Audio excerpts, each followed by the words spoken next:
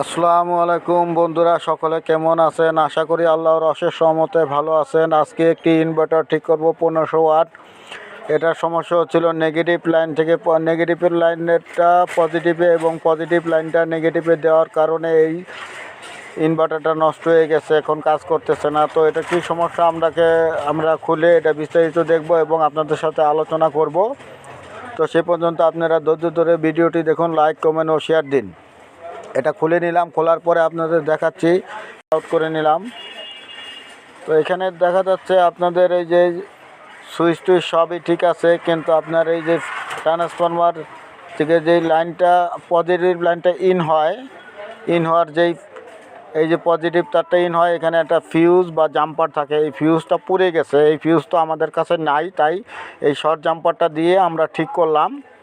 এখন এই যে দেখেন এইখানে এই যে এই ফিউজটাই নষ্ট হয়ে গেছিলো। এই ফিউজটার কারণেই এখান থেকে লাইনটা অপোজিট প্রান্তে যাইতো না যাওয়ার কারণে ইনভার্টারটা চালু হতো না। তো আপনাদের এটাই বলতে চাই যে যদি কখনো আপনারা ইনভার্টার রিপেয়ার করেন তাহলে অবশ্যই একটা রেকটিফায়ার ব্রিজ বানিয়ে দেবেন। এই রেকটিফায়ার ব্রিজটা দিলে অনেক সুবিধা। যদি কেউ উল্টা দিকে কানেকশন দেয় তাহলেও কোনো সমস্যা হবে না। পজিটিভটা নেগেটিভ এবং নেগেটিভটা পজিটিভ দিয়ে ফেললেই তখন এই সব ধরনের সার্কিটগুলো বা ডিভাইসগুলো নষ্ট হয়ে যায়। তাই আজকে আমি একটা নতুন টেকনোলজি বা নতুন একটা থিওরি এখানে অ্যাপ্লাই করলাম, যেখানে আপনি নেগেটিভ বা পজিটিভ দুইটাই উল্টা করে দেন না কেন, আপনার পজিটিভটা পজিটিভই বেরোবে, নেগেটিভটা নেগেটিভ পাবে। কিছু ডায়োড দিয়ে এটাকে একটা রেকটিফায়ার ব্রিজ বানিয়ে আমরা এখানে সংযুক্ত করে পূর্বের ন্যায় যেভাবে আসলে সেভাবে লাগাই দিছি। এখন আমরা এটা ফিটিং করব।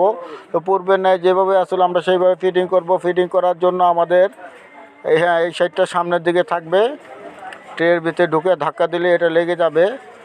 তো আমি জীবনে প্রথমবার এটা খুলে ঠিক করলাম। হয়তো আপনারা বলতে পারেন যে চাপা মারছে, আসলে না, চাপা না, আমি এই জিনিসটা জিবনে প্রথমেই খুলে ঠিক করলাম। তো আমি যে একটা থিওরি অ্যাপ্লাই করলাম, যেই থিওরিটা আপনার যদি কেউ ভুল করেও নেগেটিভে পজিটিভ এবং পজিটিভে নেগেটিভ লাইন দিয়ে থাকে, তাহলেও আপনার এই ডিভাইসটা আর নষ্ট হবে না, পুড়েও যাবে না। তো সেই কারণেই আমি এখানে একটা রেকটিফায়ার ব্রিজ করে দিয়েছি। রেকটিফায়ার ব্রিজটা করে দেওয়ার কারণ হলো, যেখানেই আপনার যেদিকভাবে নেগেটিভও দেন পজিটিভও দেন, কোনোভাবেই দিলেও সমস্যা হবে না। কিন্তু আপনার এখানে যেটা পজিটিভ সেখানে পজিটিভই আসবে, যেখানে নেগেটিভ সেখানে নেগেটিভই আসবে। তো এটা ফিটিংটা করতেছি ধৈর্য সহকারে ভিডিওটা দেখুন। এখানে একটা হিটসিন আছে, হিটসিনটা যাতে বডির সাথে না লেগে যায়, এখানে একটা পিভিসি প্লাস্টিক দিয়ে এটাকে সেপারেশন করা হয়েছে। আর হিটসিনটা ভালো করে লাগাই দিতে হবে, যাতে করে হিটটা এই বডির মধ্যে কনজিউম করে বা হিটটা ভালো করে কনজিউম করে। তো এই প্রথম হিটসিনটা লাগানো হয়েছে, বা দ্বিতীয় হিটসিনটা লাগাবো। এরকম আরও ভিডিও পেতে লাইক কমেন্ট ও শেয়ার করবেন। বন্ধুরা, আপনাদের অনুপ্রেরণায় বা ভালোবাসে আমরা এত দূর আসতে পেরেছি।